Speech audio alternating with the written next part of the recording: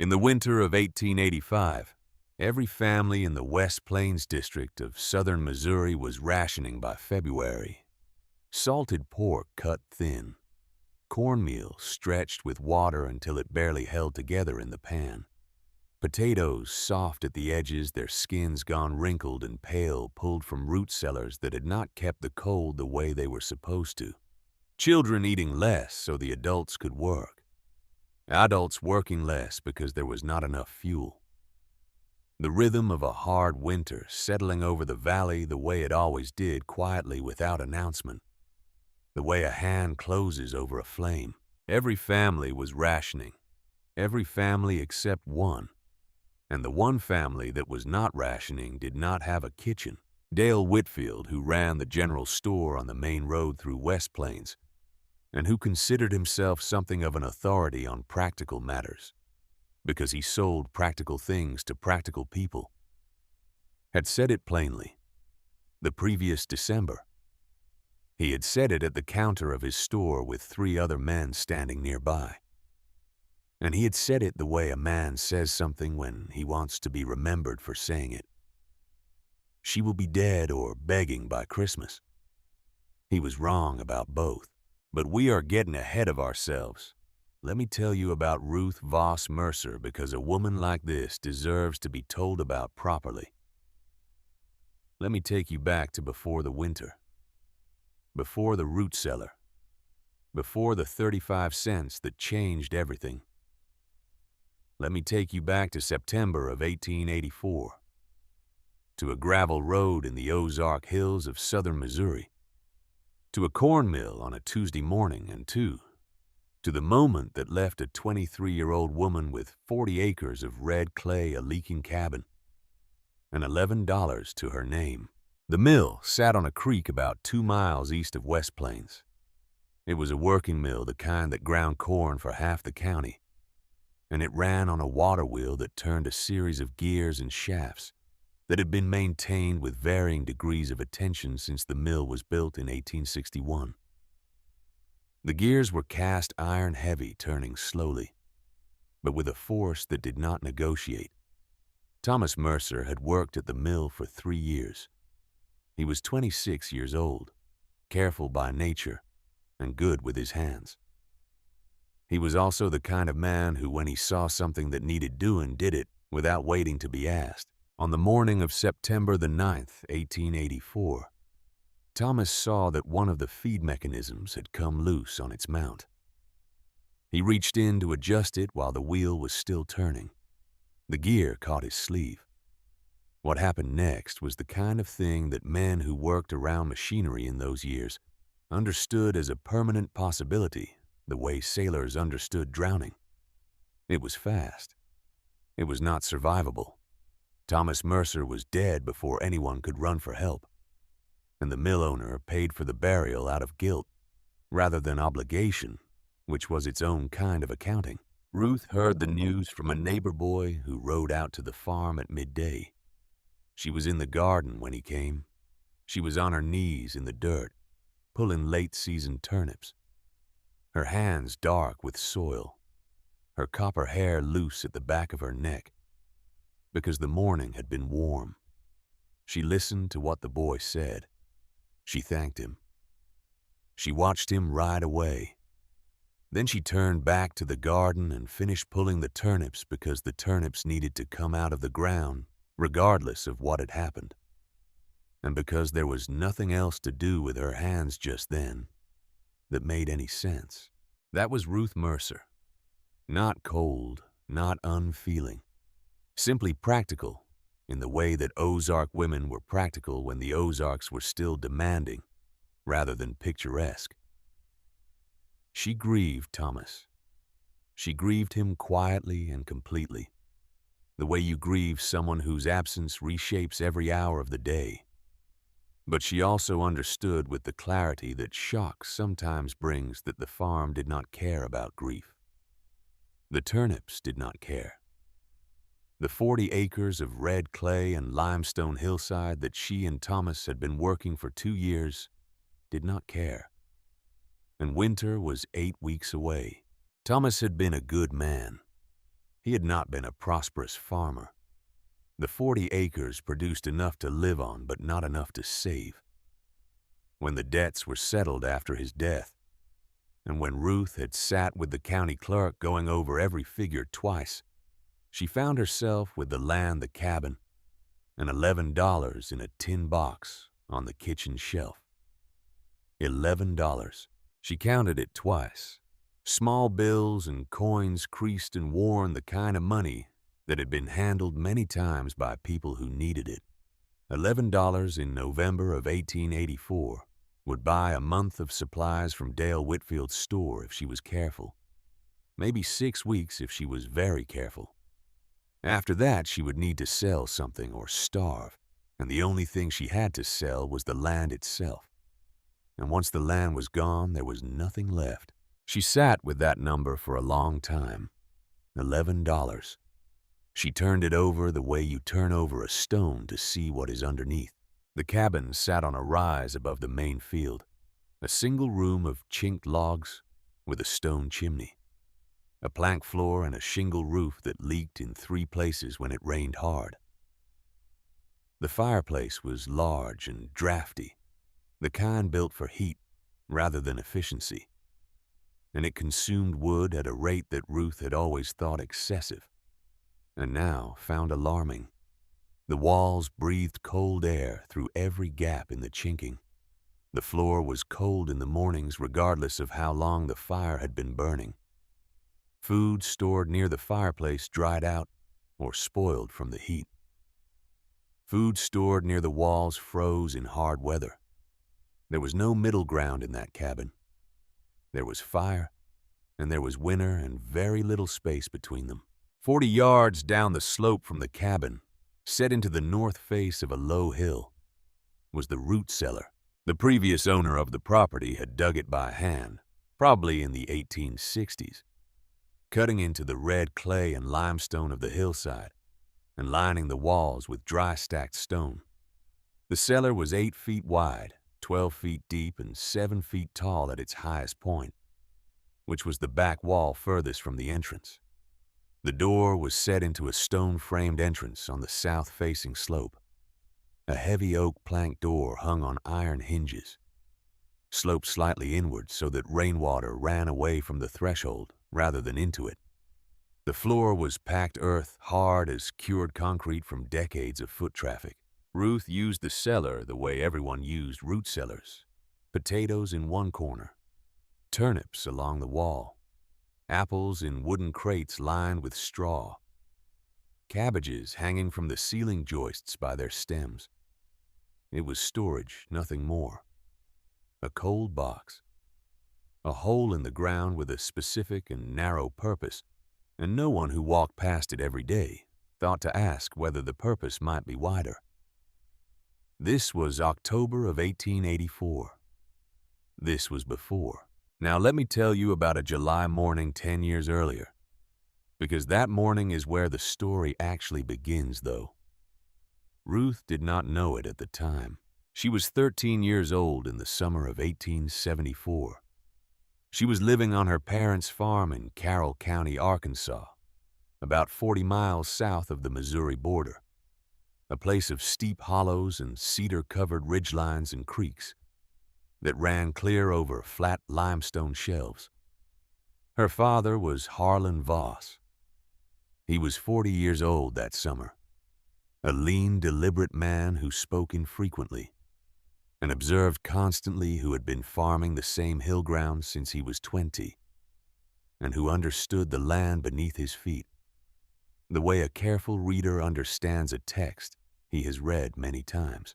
Harlan Voss was not a man who explained things in speeches. He was a man who showed you something and then waited for you to understand it. On that July morning, he came to the door of the farmhouse where Ruth was washing dishes and said simply, "Come here a minute." She followed him down the slope behind the house to the root cellar her grandfather had dug in the 1840s, a low stone structure half buried in the hillside, older than the house itself. Harlan opened the cellar door and led her inside. The cellar was cool and dim, smelling of old stone and the faint sweetness of last autumn's apples. July in Carroll County meant heat that lay over everything like a weight 90 degrees by mid-morning, the air thick and still. But inside the cellar, the temperature was what it always was, cool, steady, indifferent to the season, indifferent to the... Harlan placed his hand flat against the stone wall and held it there. Then he looked at Ruth and said nothing, which meant she was supposed to do the same. She pressed both palms against the stone. The cold was deep and even, the kind of cold that did not fluctuate, that did not respond to the afternoon heat, or the morning chill, or the change of seasons above. Then Harlan said, "Feel that. The earth does not care what month it is up there. Down here it is always the same. Your job is to figure out what that means." He did not explain further. That was not his way. He closed the cellar door and walked back up the slope, and Ruth stood there for a moment in the cooling dark, her palms still against the stone, trying to understand what she was supposed to figure out. She carried that moment for 10 years. She carried it the way you carry something heavy that you are not yet strong enough to use.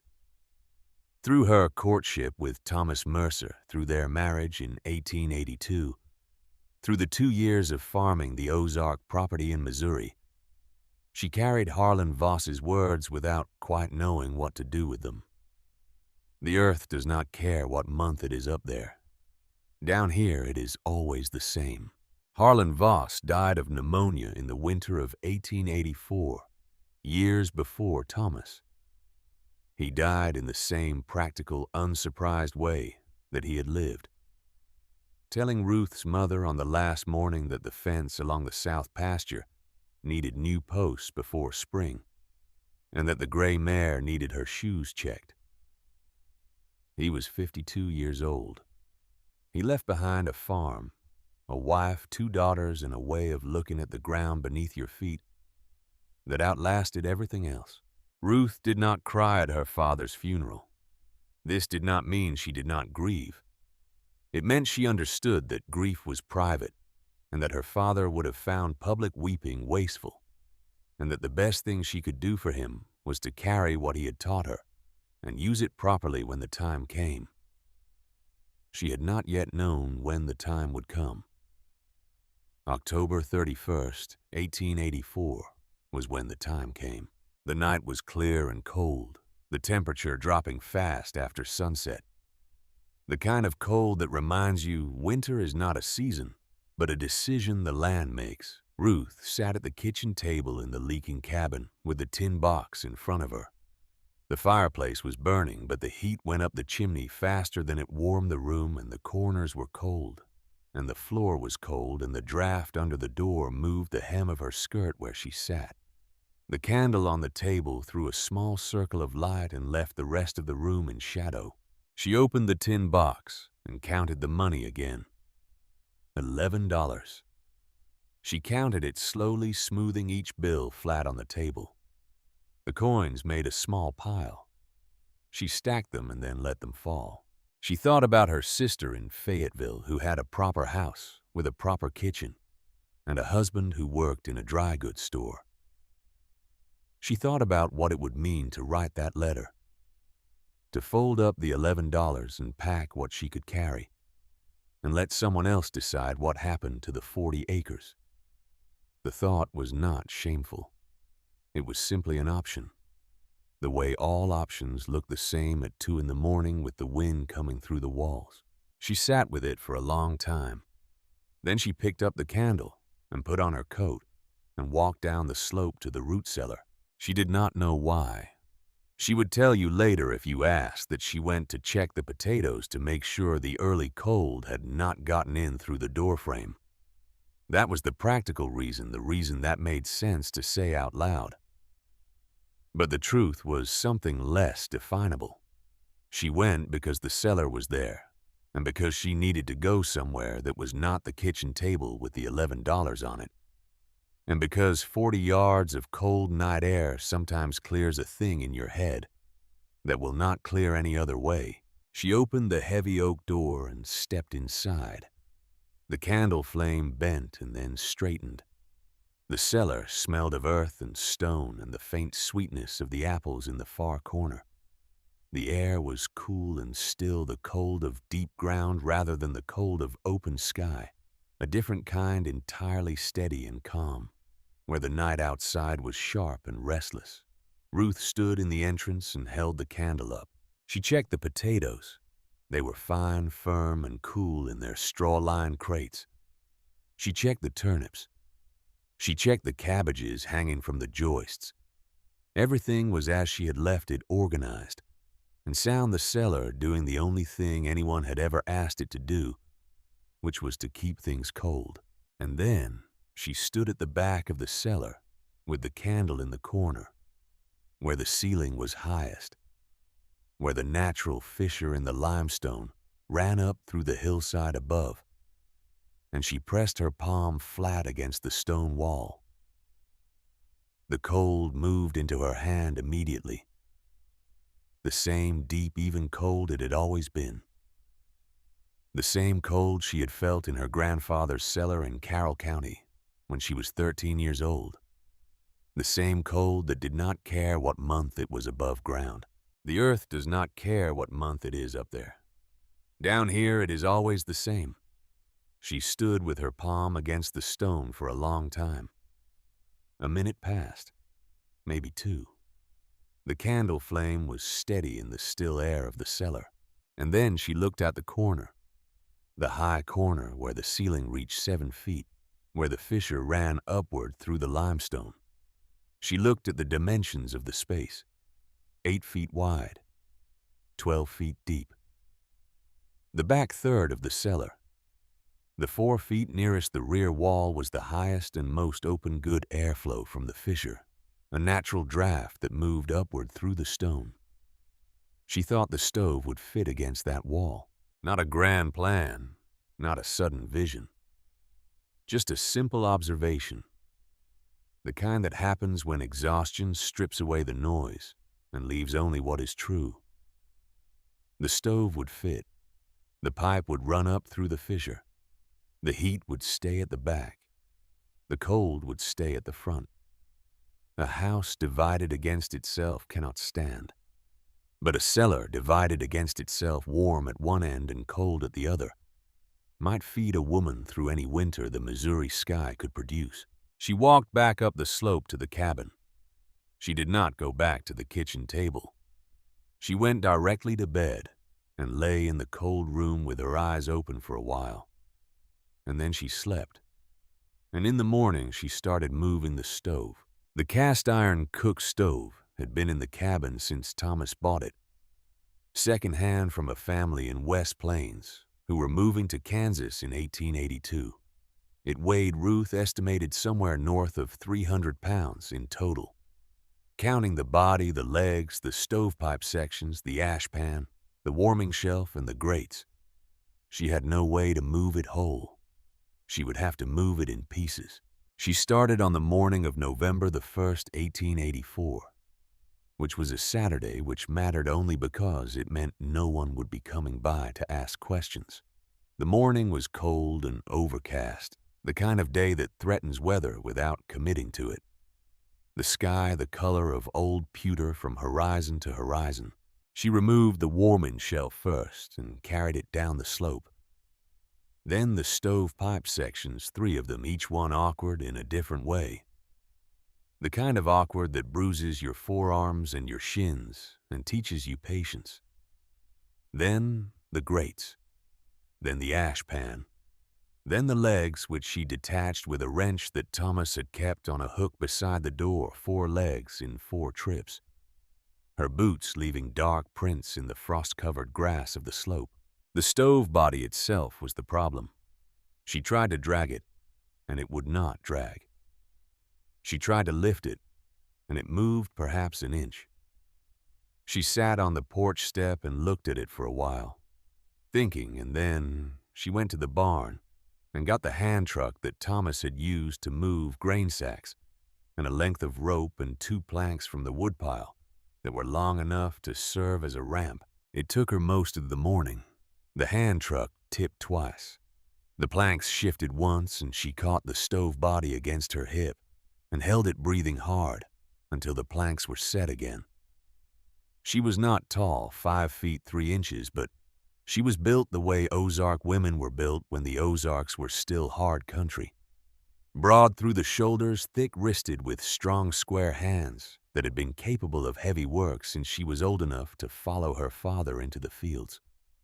She moved the stove body down the slope by main force and stubbornness and the particular patience of someone who has no alternative. She set it against the back wall of the cellar in the high corner in the space she had seen the night before.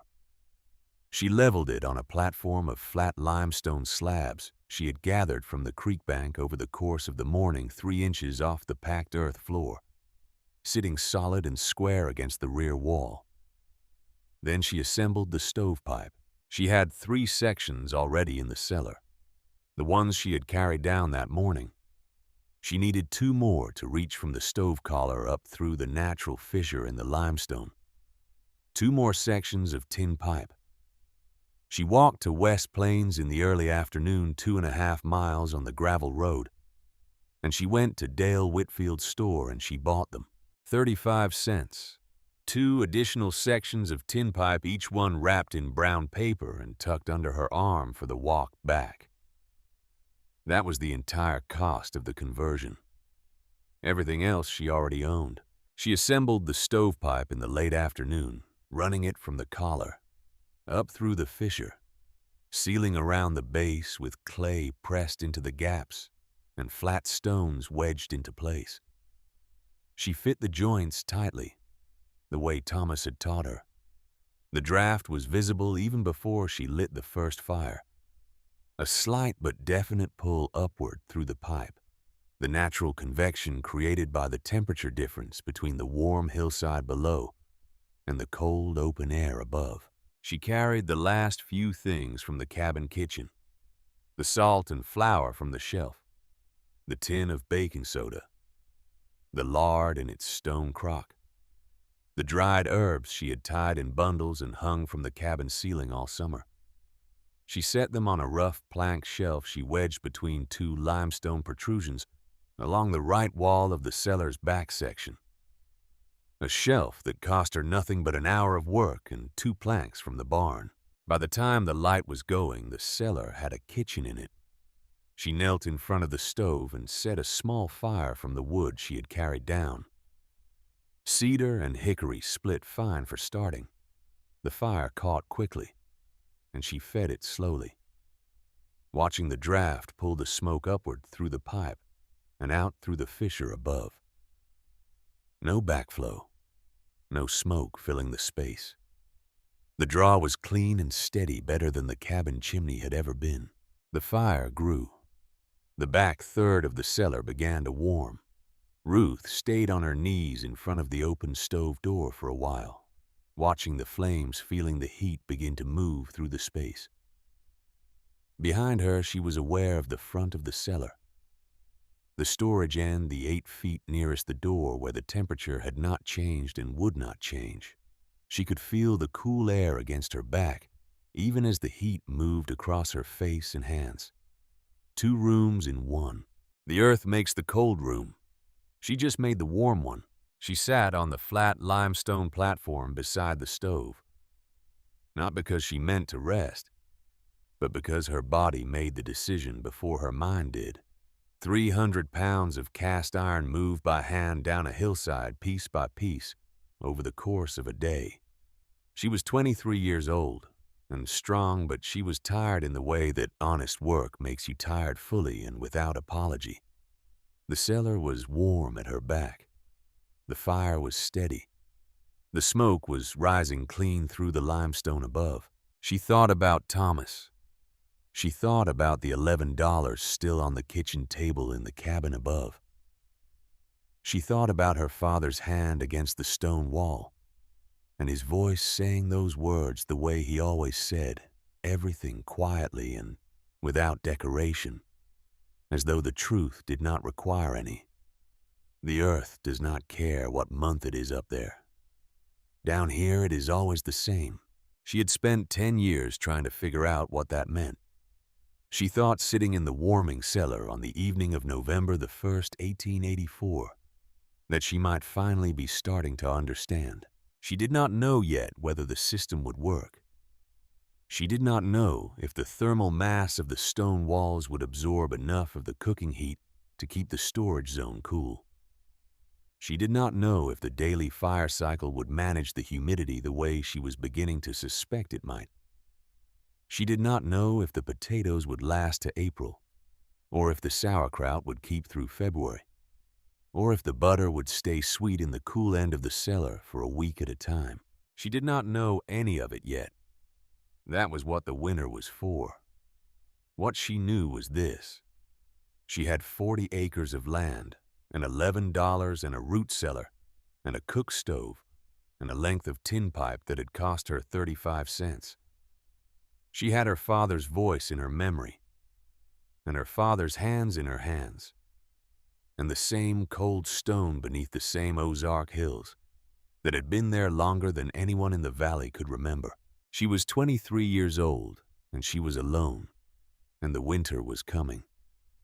But the fire was burning clean, and the smoke was rising, and the earth around her was doing what it had always done. Down here it was always the same. She closed the stove door and went back up the slope to the cabin. She put the $11 back in the tin box and set it on the shelf. She sat at the kitchen table for a moment in the cold, drafty room, listening to the wind find its way through the log walls, and she thought about what she had built in the hill behind the house. Then she went to bed, and in the morning she started cooking. Dale Whitfield heard about it in December. A customer mentioned it in passing the way news travels in small communities, not as announcement, but as curiosity, the kind of story that gets passed from person to person, because it is slightly unusual and slightly hard to explain. The Mercer widow had moved her cook stove into the root cellar. She was cooking underground. Dale was wiping down the counter when he heard this, a habit of his when he was thinking, methodical and continuous. The cloth moving back and forth over the same stretch of pine, regardless of whether it needed cleaning. He was a large man, 52 years old, with a prosperous belly and a careful way of holding his opinions that he mistook for wisdom. He had been running the West Plains store for 20 years, and he believed this gave him a comprehensive understanding of what was practical and what was not. He stopped wiping the counter. "She will poison herself," he said. "You cannot cook in a hole in the ground. The smoke will fill the space. The heat will rot everything she has stored. She will be eating spoiled vegetables and breathing soot by February. And when that happens, she will come to this store and she will need credit. And I will give it to her because that is what I do.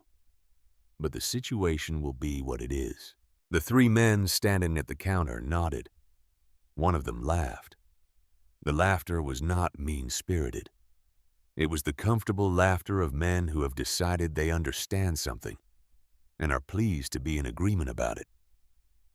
Dale went back to wiping the counter. He was wrong about the smoke.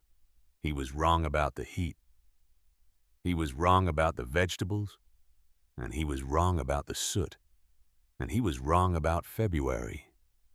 He would spend the next 3 years being wrong about Ruth Voss Mercer in ways that grew progressively more difficult to ignore, until finally the evidence arrived at his kitchen table in the form of a meal he ate in a hole in the ground that he had called a badger burrow, a meal that tasted better than anything he had eaten since October. But that comes later. For now it was November of 1884, and the stove was burning and the cellar was doing what it was made to do. And Ruth Mercer was learning one cold morning at a time what her father had been trying to tell her in a root cellar in Carroll County 10 years before. The earth does not care what month it is up there. She was about to find out exactly what that meant. The first fire Ruth Mercer burned in the root cellar kitchen happened on the 2nd day of November 1884. And it was a small fire, the kind you build when you are testing something rather than committing to it. cedar kindling and one split of hickory enough to boil water for cornmeal, and to warm the back of the cellar to a temperature where she could work without her fingers going stiff. She made porridge. She ate it standing at the rough plank counter beside the stove. She watched the smoke rise through the pipe and disappear into the limestone above, clean and steady, without hesitation. Then she let the fire die and went back up the slope to the cabin and counted the hours. She went down again at dusk and pressed her palm against the stone wall of the storage end, the front 2/3 of the cellar, the 8 feet nearest the door where the potatoes and turnips and cabbages lived. The temperature had not changed.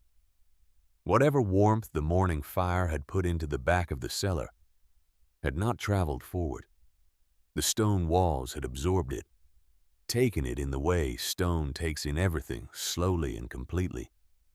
And the storage end was exactly what it had been at first light, cool and dark and steady. She stood there for a long time with her hand against the wall. She was not celebrating. She was not even satisfied, not yet. One day proved nothing. Winter had not started in earnest. The real test would come in January when the temperature outside dropped below 0 and stayed there for days at a time. And the question was not whether the cellar would stay cool enough, but whether it would stay warm enough to prevent the potatoes from freezing. That was the line she was walking. Too warm, and the food spoiled. Too cold, and the food froze.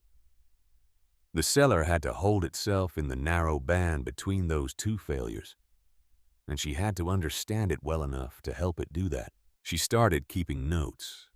Thomas had left behind a small ledger he used for farm accounts, half the pages still blank, and she commandeered it for a different kind of accounting.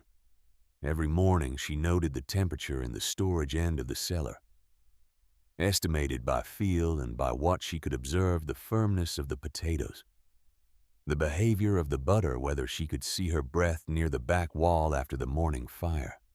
Every evening she noted it again. She noted the outdoor temperature, the wind, the sky.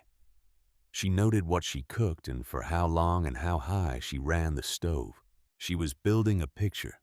She did not know yet what the picture would show her, but she understood that you cannot manage what you do not observe. And observation was something her father had taught her before he taught her anything else. December came in with hard frost and low gray skies, and the kind of wind that found every gap in a log wall.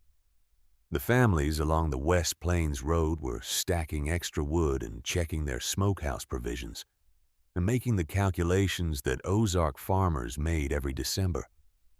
How many months of winter against how many weeks of food, whether the numbers came out ahead or behind. Most years they came out close. That December they came out tight. Ruth's cellar held. The storage end maintained its temperature. 47 degrees on the coldest mornings. She estimated 49 or 50 when the outdoor air was merely cold rather than brutal. The potatoes in their straw-lined crates showed no signs of softening. The sauerkraut in its 2-gallon crock was fermenting at the pace she expected. Slow and clean, the brine bubbling gently when she pressed the lid. The smell sharp and honest. The butter wrapped in wet cloth on the lowest shelf stayed firm, without hardening into the useless block it became in the unheated spring houses most families relied on. She cooked twice a day, breakfast and supper, the fire burning for approximately 2 hours each time. The pattern established itself quickly. The cellar warming during cooking and cooling after the cycle, as regular as breathing. She baked bread twice a week, the dough rising on the warm plank counter beside the stove, where the temperature reached 70 degrees during the cooking period. The oven producing a loaf with a dark crust and a dense, even crumb that lasted 3 days without going stale, because the cool air of the storage end where she moved it after it cooled kept it at exactly the right temperature to slow the process. She noticed the humidity in January. It was an accident of observation, the kind that happens when you are paying close attention to something for a reason that has nothing to do with what you end up learning. She had been watching the sauerkraut, concerned that the fermentation was progressing unevenly, and she had spent several mornings crouched in the storage end of the cellar, monitoring the crock and the temperature and the smell. And she began to notice that the air in the storage end, which she had expected to be damp, the way underground spaces are always damp, was not particularly damp. It was moist, but not wet. She could not see her breath more than a foot from the back wall. The stone was cool to the touch, but not dripping. The wooden shelves were not growing the green fuzz of mold that appeared on wood left in still underground air. She thought about this for several days before she understood what was happening. The cooking fire was doing something she had not planned for. The warm air generated by the stove rose to the ceiling of the cooking end, and as it rose, it absorbed moisture from the stone and earth above, and it carried that moisture upward and out through the stovepipe, drawing it out of the cellar, the way a chimney draws smoke. As the cellar cooled after cooking, drier air settled back into the storage end, replacing the damp air that would otherwise accumulate in a closed underground space. Twice a day, the fire pulled the humidity out. Twice a day, the cooling cycle refreshed the storage end with air that was drier and cleaner than what any above-ground pantry could provide. She had not designed this. She had not known to design it. The system had arranged itself from the properties of heat and stone and moving air, the same properties that had been operating in root cellars since people first dug holes in hillsides, but operating here in a configuration that no one in West Plains had thought to create. The daily fire was the thing that made it work, not just for cooking, but for preservation. The two functions fed each other. She sat with this understanding for a while, in the warm end of the cellar, her ledger open on her knee. She wrote it down carefully in the precise and economical hand that her mother had taught her, because she understood that an observation you cannot describe is an observation you might lose. The earth makes the cold room, she wrote. The fire makes the dry room. Together they make the only room you need. Now, let me pause here for a moment before we go further, because I want you to think about what Ruth Mercer had figured out in the first 2 months of this experiment with no formal education, beyond what the Carroll County schoolhouse had given her. With no reference books on food preservation, or thermodynamics, or the properties of limestone, with nothing but a ledger and a candle, and her father's voice in the back of her mind telling her to pay attention to what the earth was doing. Have you ever been in the position of understanding something clearly that the people around you could not see at all? Have you ever had that particular experience, the one where you know something is true and you know it will hold, and the knowing is so clean and certain that the mockery from outside simply does not reach you? That is the position Ruth Mercer was in during the winter of 1884 to 1885. And the mockery from outside was consistent and not quiet. Dale Whitfield was still talking at his counter. The smoke theory had not panned out, since anyone who walked within 50 yards of the Mercer property could see the clean, thin thread of smoke rising from the hillside twice a day, without any of the billowing and confusion of a fire gone wrong. So Dale had moved on to the heat theory, the conviction that the cooking fire would raise the temperature in the cellar above safe storage levels and that the food would spoil. When the heat theory also failed to produce visible evidence of disaster, he settled into a more general position, which was that the whole arrangement was strange and improvised and indicative of a person not thinking clearly, and that the problems would reveal themselves in time. He was, as has been established, wrong. January passed. February came in cold and windy, the temperature dropping below zero twice in the first week. and holding there overnight the kind of cold that kills livestock that are not properly sheltered and freezes the water in pump handles by morning. Ruth woke each day and went down the slope to start the morning fire. And each day the storage end of the cellar was exactly what it had been the day before. Cool and dim and still, the temperature in its narrow and useful band, the food in its proper state. The potatoes were firm. She pulled one from the crate on the 15th of February and cut it open, and it was white and dense and full of moisture, exactly as it had been on the day she harvested it in October. She stood in the cooking end of the cellar with the cut potato in her hand and thought about the potato cellars in the valley where February potatoes were typically beginning to soften and sprout their starch, converting to sugar as the temperature fluctuated with the weather, the skins going loose and wrinkled, the flesh turning granular. She thought about what that meant in practical terms.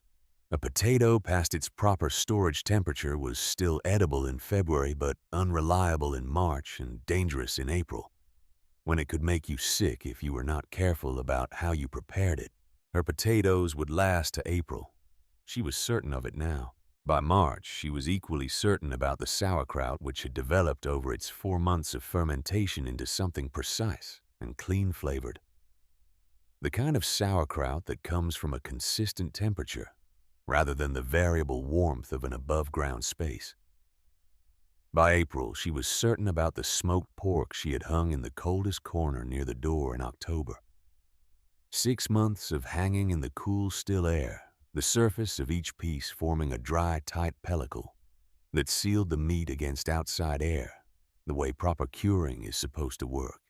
The pork was pink at the center, clear-flavored, free of the gray discoloration and rancid edge that happened when cured meat spent a winter in a space that was too warm or too inconsistent.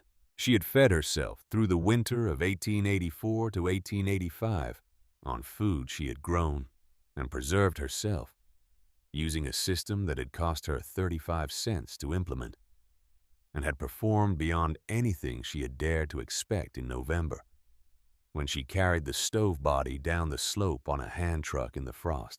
Now let me give you a set of numbers because the numbers matter and because I think if you are the kind of person who has ever had to make the math of a hard winter work, you will understand what these numbers meant. 3 families along the West Plains Road had purchased supplementary provisions from Dale Whitfield's store between January and March of 1885, when their own stored food ran short. The average cost of those additional supplies was approximately $45 per family. $45 at a time when a day's farm labor paid about $1.25. $45 was more than a month of wages. It was the kind of expenditure that went onto credit at the store credit, that accumulated interest and had to be worked off the following season, which meant it was not simply a cost, but a debt. And debt in those years was its own kind of weather. Ruth had spent 35 cents on pipe sections and nothing else on supplementary food that winter. She had spent nothing at Dale Whitfield's store from November through April. The delta between what her neighbors had spent and what she had spent was not simply a financial advantage. It was the difference between entering the spring of 1885 with her $11 intact and entering it with a store debt she would spend months paying down. She entered the spring with her $11 intact. She also entered the spring with something harder to quantify, which was the knowledge that the system worked. Not in theory. Not as a plan or a hope or an experiment that might pan out. As a demonstrated, observed, documented fact, written in her ledger in her careful hand over the course of 5 months of daily notation. The cellar had done what she needed it to do. The earth had done what her father told her it would do. Now she understood not just that it worked, but why it worked and how to make it work better. The second winter, 1885 to 1886, was harder than the first. The autumn brought an early frost in October that caught several farms with crops still in the ground. the kind of frost that arrives 2 weeks before anyone is ready for it, and does exactly the damage you would expect. Families that had been planning to harvest their root vegetables in the second week of October found themselves scrambling in frozen ground instead, pulling what they could and leaving what they could not reach the harvest incomplete, and the stored provisions accordingly short. Ruth had finished her harvest by the 1st of October, a habit her father had instilled in her finish early because the weather does not negotiate. Her cellar was full when the frost came. Her neighbors were not. Dale Whitfield had been modifying his position over the course of the year. He had not abandoned it. That was not his way. But it had softened around the edges the way a position softens when the evidence against it accumulates without becoming dramatic enough to require a public accounting. He had stopped saying the smoke would fill the space and the heat would rot the food. He had started saying instead that the arrangement was unusual, and that unusual arrangements sometimes worked by luck for a season or two before their fundamental flaws became apparent. He said this at his counter with the same confidence he had always used because confidence was a thing Dale Whitfield kept well stocked, regardless of circumstances. The winter of 1885 to 1886 was when his confidence began to cost him something. The cold snaps came in December harder and longer than the year before. The warm spells between them created the freeze-thaw cycles that are the particular enemy of above-ground food storage. The temperature rising and falling across the freezing point several times. In the course of a week, the ice forming and melting in the walls of smokehouses and springhouses, the food inside experiencing the full violence of that cycle. Butter that had been firm went soft and then firm again, and in the alternation picked up off flavors that could not be corrected. Pork that had been properly cured in October developed surface mold in the freeze-thaw warmth of December that had to be cut away, and the cutting reduced the supply, and the reduced supply meant harder rationing in February. Ruth's cellar held. It did not negotiate with the freeze-thaw cycles because it was not subject to them. The limestone and clay and packed earth that surrounded it were 48 inches thick above the roof and pressed close on every side, and the outdoor temperature had to change by 30 degrees and hold there for a week before the thermal mass of all that stone and earth began to respond. The cellar's temperature moved in degrees, rather than in the catastrophic swings that were destroying above-ground storage throughout the district. February of 1886 was when Helen Whitfield came to buy eggs, or that was what she said. Ruth was in the cellar starting the morning fire when she heard footsteps on the path above, and the sound of the oak door opening, and she looked up to see Helen Whitfield standing in the entrance, her hands folded in front of her, wearing her good wool coat and her expression of careful neutrality that said she had thought about this visit and decided on her reasons for it in advance. Helen was 48 years old, a small and precise woman with gray eyes and a way of observing things that reminded Ruth of her father. The particular quality of attention that does not announce itself, but misses nothing. She had been married to Dale for 24 years, and she understood his positions and his pride with the detailed and patient knowledge of a woman who had been navigating both for a long time. "I need a dozen eggs," Helen said, "if you have them." Ruth had them. She also understood that Helen Whitfield had not walked 3/4 of a mile on a February morning for eggs she could have gotten from the Pearson farm half that distance away. She said nothing about this. She simply gestured for Helen to come in. Helen came down the 2 stone steps into the cellar and stood upright because the ceiling at the entrance was 6.5 feet, and Helen was 5 feet 2. And then she looked. She looked the way her husband never looked at anything he had already decided about. which is to say she looked with her conclusions still open, taking in what was actually there before deciding what it meant. She looked at the shelves along both walls of the storage end, the crocks and jars and wooden boxes, the cabbages hanging from the joists, the smoked hams wrapped in cloth and suspended from hooks, in the coldest corner near the door. She looked at the organization of it, the deliberate arrangement of things according to temperature and moisture and the particular needs of each food stored. She looked at the pickled beans in their sealed jars along the middle shelf, green and vivid in the lamplight, the color of July.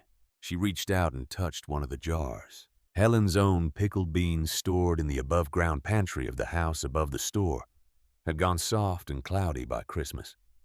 She knew this because she had opened a jar in December and found the beans pale and mushy, their texture gone, their brine discolored. The seal compromised by the temperature fluctuations in the pantry wall. She had thrown the jar out and not mentioned it to Dale because she did not want to hear his explanation for why the beans had failed rather than the pantry. These beans were green, not the pale green of things that have been stored too long, but the deep, saturated green of fresh-picked beans, the color of the garden in late July when the plants were at full production. They had been in this cellar since September, 5 months, and they looked like September. She did not say anything for a moment. Ruth waited. Then Helen said, "How long do the beans keep?" "Until spring, usually," Ruth said. "Sometimes longer if the seal holds." Helen looked at the jar for another moment. Then she said, "Can I see the stove?" Ruth showed her the cook stove against the back wall, the pipe running up through the fissure, the plank counter, the limestone platform beneath the stove that stored heat through the cooking period and radiated it back into the floor for hours afterward. She described the zone division, the back third warm for cooking, the front 2/3 cool for storage, the way the daily fire cycle managed the humidity.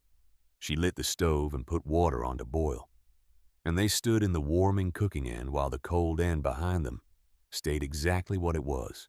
Within 10 minutes, the cooking zone was comfortable for working, the warmth moving through the back of the cellar like a hand smoothing cloth, thorough and even. Behind them, 8 feet toward the door, the storage end had not changed. Helen could see her breath in the lamplight of the storage end, even as she felt the warmth of the stove against her back. She was quiet for a long time. Ruth did not fill the silence, because the silence did not need filling. 2 rooms in one, Helen said finally. Her voice was low, and she said it almost to herself, the way you say something when you are catching up to a fact, rather than announcing one. "The earth makes the cold room," Ruth said. "I just make the warm one." Helen nodded once slowly, the nod of someone placing a thing into its correct position in their understanding of the world. She bought her eggs. She thanked Ruth. She walked back up the slope to the road, and Ruth watched her go from the cellar door, the February light flat and cold over the valley. Dale Whitfield heard about it that evening. Helen told him the facts without editorial, the way she always told Dale things she knew he did not want to hear, setting them down plainly and without interpretation, and letting him find his own way to them. She described the beans. She described the stove and the 2 zones, and the temperature in the storage end in February. She described what she had seen on those shelves, 5 months of preserved food still in its proper state, the colors and textures of September, surviving through February in an underground room where a woman cooked twice a day on a cast-iron stove. Dale said nothing for a long time. He was standing at the store window looking out at the road. The cloth in his hand had stopped moving. Then he said he would need to think about it. Helen said, "I imagine you will." She did not say anything else.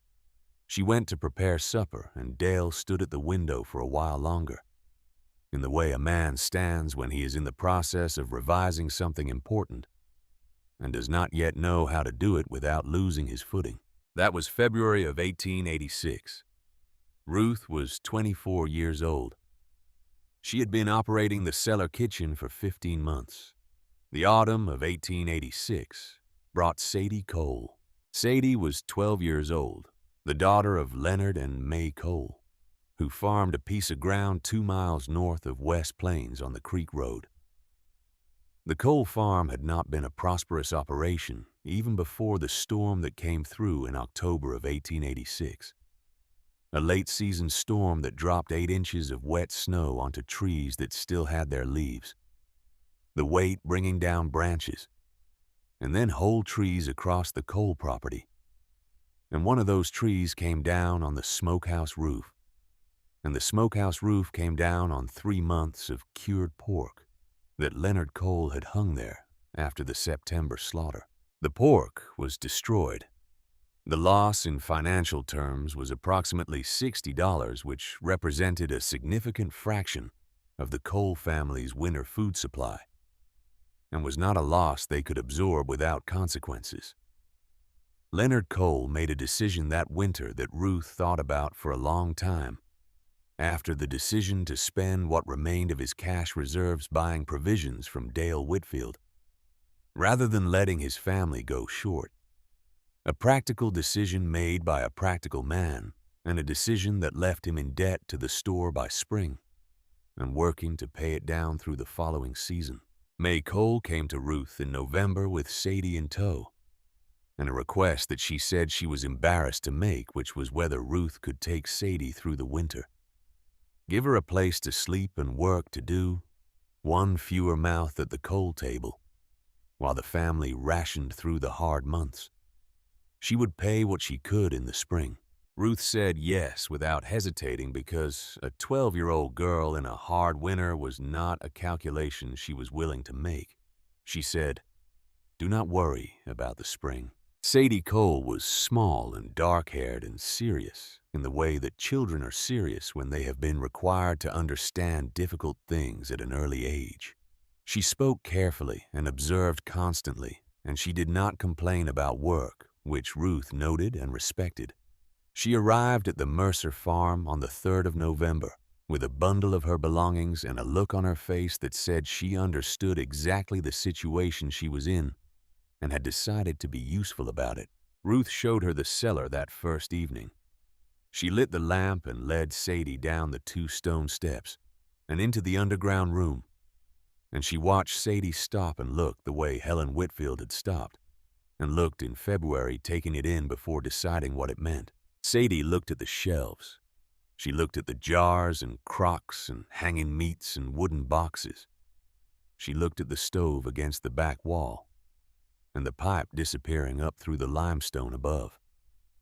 She looked at the 2 zones of the cellar, the warm cooking end and the cool storage end, the architecture of it, the logic of its arrangement. Then she looked at one of the jars on the middle shelf. The pickled beans, green and vivid in the lamplight, sealed under wax since September, holding their color and their crispness in the cool, dark air. She said, "How?" One word. The question Ruth had been waiting for someone to ask properly, directly, without the skepticism of Dale Whitfield or the careful social navigation of Helen. Just the simple and honest question of a person who is genuinely trying to understand something. Ruth did not answer immediately. She lifted her lamp and she walked to the back wall and she pressed her palm flat against the stone. She looked at Sadie and waited. Sadie came to the wall and pressed her hand against the stone. She felt the cold, the deep and even cold that did not fluctuate the cold of the earth at depth, indifferent to the season above. "Feel that," Ruth said. "The earth does not care what month it is up there. Down here it is always the same. Your job is to figure out what that means." Sadie held her hand against the stone. She was quiet for a moment, feeling the cold move into her palm. Then she said, "It never changes." "It never changes," Ruth said. Sadie thought about this with her hands still flat against the wall. And Ruth watched her think about it. And she thought about her own hand against her grandfather's cellar wall in Carroll County in July of 1874. And Harlan Voss standing beside her in the cool and dim space, patient and unhurried, waiting for her to arrive at her own understanding. The winter of 1886 to 1887 was the worst in a decade. The first hard cold came in November and did not properly release until March. The deep snow arrived in December and stayed accumulating in layers as each subsequent storm added to what was already on the ground. The snowpack reaching depths that collapsed 2 smokehouses and a spring house roof in the West Plains district before January was finished. The freeze-thaw cycles of the previous winter were replaced by something steadier and more relentless, the temperature staying below zero for 4 and 5 days. At a stretch, the kind of cold that is not dramatic because it is too consistent to be dramatic. It simply is, and it continues, and you continue against it or you do not. 3 families in the district lost significant portions of their winter food stores. One family lost almost everything when their above-ground root cellar, which had never been properly insulated, allowed the temperature inside to drop below freezing during the week in January when the temperature outside reached 17 below zero. The potatoes froze. The turnips froze. The carrots and parsnips froze. When they thawed, they were mush, and mush is not food. And the family spent February and March buying on credit from Dale Whitfield's store at prices that would take the following growing season to repay. Dale Whitfield's own smokehouse lost its roof on the 14th of January when 3 feet of wet snow accumulated on the shingles over the course of 48 hours, and the structure decided it had held enough. The pork inside about $80 worth of cured meat by his own later accounting was exposed to the freezing air and then to the warming air, and then to the freezing air again, as the temperature cycled over the following days. And by the time Dale could get the roof repaired, the meat was compromised. The outer surfaces showing the discoloration and smell of pork that has been through too many temperature changes. He salvaged what he could. He did not say how much he lost to Helen, because Helen would not have required him to explain why it had happened. She already knew why. She had known since February of 1886, when she stood in Ruth Mercer's cellar and watched her own breath disappear into air that stayed at 47 degrees, regardless of what the sky was doing outside. Ruth's cellar held through all of it. The limestone above the roof, 2 feet of packed earth and stone absorbed the cold. The way it absorbed the heat slowly and in proportion, never letting the interior temperature move faster than the thermal mass allowed. The potatoes in their straw crates on the first day of February were indistinguishable from the potatoes she had put there in October. The sauerkraut was crisp and sharp and exactly right. The smoked ham in the cold corner near the door had been hanging since September, 4 months now. And when Ruth cut into one on the 3rd of February, the meat was pink to the center, firm, clear flavored with none of the gray discoloration or rancid edge that 4 months of improper storage would have produced. Sadie Cole was there when Ruth cut the ham. She had been there for 3 months now, sleeping on the cot near the fireplace in the cabin, helping with the morning and evening fires in the cellar, learning the system, the way you learn something that is shown to you, rather than explained by watching and doing and feeling the difference between a fire that draws properly and one that does not, between a seal that holds and one that is going to fail, between food that is right and food that is beginning to turn. Sadie had taken to it with the seriousness she brought to everything. She kept her own ledger, now a small one Ruth had given her, and she noted the temperatures and the food states in her careful 12-year-old hand, her entries more detailed than Ruth's. because she was at the stage of learning where every observation seems important and worth recording. Ruth watched her and thought about her father. The third week of February, the snow on the roads had compacted to ice, and the temperature had not risen above 10 degrees in 6 days.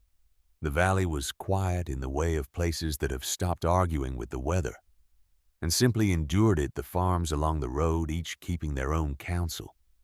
The smoke from chimneys the only evidence of life.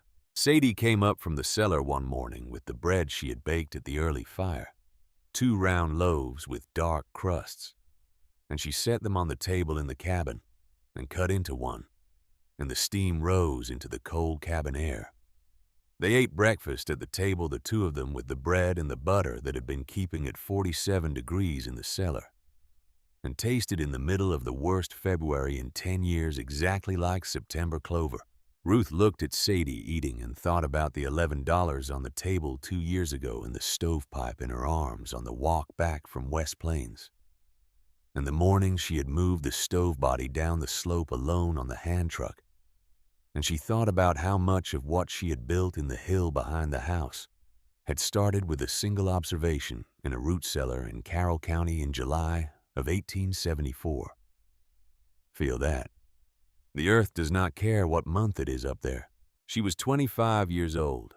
She had kept herself fed through 2 of the hardest winters the Ozarks had seen in 20 years, using 40 acres of red clay, a cast iron stove, and 35 cents worth of tin pipe. She had not borrowed from Dale Whitfield. She had not sold the land. She had not written the letter to her sister in Fayetteville. She had figured out what her father meant.